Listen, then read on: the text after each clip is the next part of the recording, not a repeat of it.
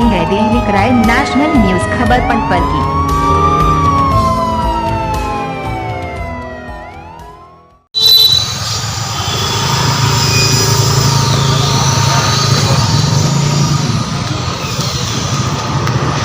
जी sir, जानना चाहूँ अपना शुभ नाम सर। मेरा नाम देवराज। जी सर, जानना चाहूँ अपना शुभ नाम सर। विभू राजपूत। जी, तो सर जो आपका जो किस संबंध में किया गया सर, ये प्रोग्राम जो किया गया आपका ये मतलब बेरोजगारी को उसमें किया गया है। जी, तो आपकी मांग क्या है सर, क्या कहना चाहेंगे सर, क्या मांग है, किसको कहना चाहेंगे सर, क्या संदेश है सर, क्या भेजना चाहेंगे संदेश? मुझे मतलब यही कि जो सरकारी उसमें जो रिक्त खाली बने जी, उनको भरने के लिए जो मांग उनको मतलब भरने के लिए कौन कौन सी पदों की मांग कर रखी सर आपने? एसएससी, रेलवे, बैंकिंग, जी, यूपी पुलिस, जी, इन सपोर्ट में। जी जी सर, जानना चाहते अपना शुभ नाम सर। जी, मोहम्मद गोरी मेरा नाम है। जी, तो मोहम्मद गोरी जी क्या कहेंगे इस समय जो प्रोग्राम किया गया, आपकी जो प्रोग्राम ये किया गया विज्ञापन है दे रहे हैं आज? पूरे अपने देश में जी, बेरोजगारों की एक खोज खड़ी हो गई है। जी, समस्या उसकी कोई हल नहीं कर पा रहा है। जी, विज्ञापन निकलता है जी, तो परीक्षा नहीं होती, परीक्षा जी, होती है तो परिणाम निकलता है तो जी, भर्ती नहीं हो पाती। जी, इन तमाम सब बातों को लेकर जी, मध्य प्रदेश में नहीं पूरे देश में जी, युवाओं में भूचाल है। जी, कल मध्य प्रदेश में तमाम जी, सैकड़ों जी, युवा बेरोजगार जी, अपनी बात को रखने के लिए जी, मध्य प्रदेश सरकार से जी, अपनी बात रखने गए थे, जी, लेकिन वहाँ इन सब बातों को सुनने के बजाय जी, वहाँ के प्रशासन ने और सरकार ने जी, उन पर लाठीचार्ज किया। जी, तो आज उसी को लेकर हम प्रतिवाद दिवस के रूप में जी, सभी युवा जी, में मना रहे हैं और जी, एक ज्ञापन अपने यहाँ मुरादाबाद के जिलाधिकारी महोदय को देंगे जी, कुछ मांगों को लेकर जो प्रधानमंत्री जी से हमारी मांग है। जी, धन्यवाद सर। आप जानना चाहें शुभ नाम सर, आप कुछ कहेंगे सर इस संबंध में?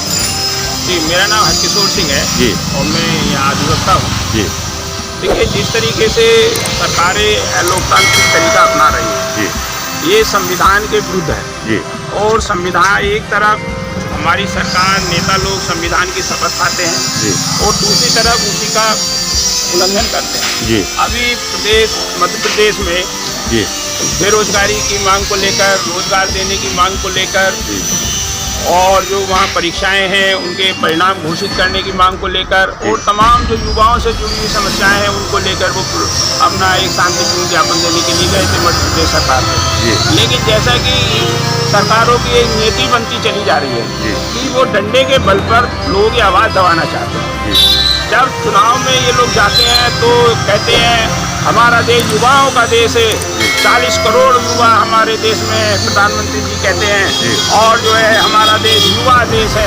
और दूसरी तरफ युवाओं की समस्याओं को अनदेखी करते हैं। जब वो अपनी आवाज़ उठाते हैं मजबूर होकर तो उन पर लाठी बरसाई जाती है, उन पर FIR दर्ज की जाती है, उनको गिरफ्तार किया जाता है। तो ये कहाँ का न्याय है? देखिए, अगर लोगों को रोजगार नहीं मिलेगा उनका परिवार कैसे चलेगा? युवा कैसे रोटी खाएगा?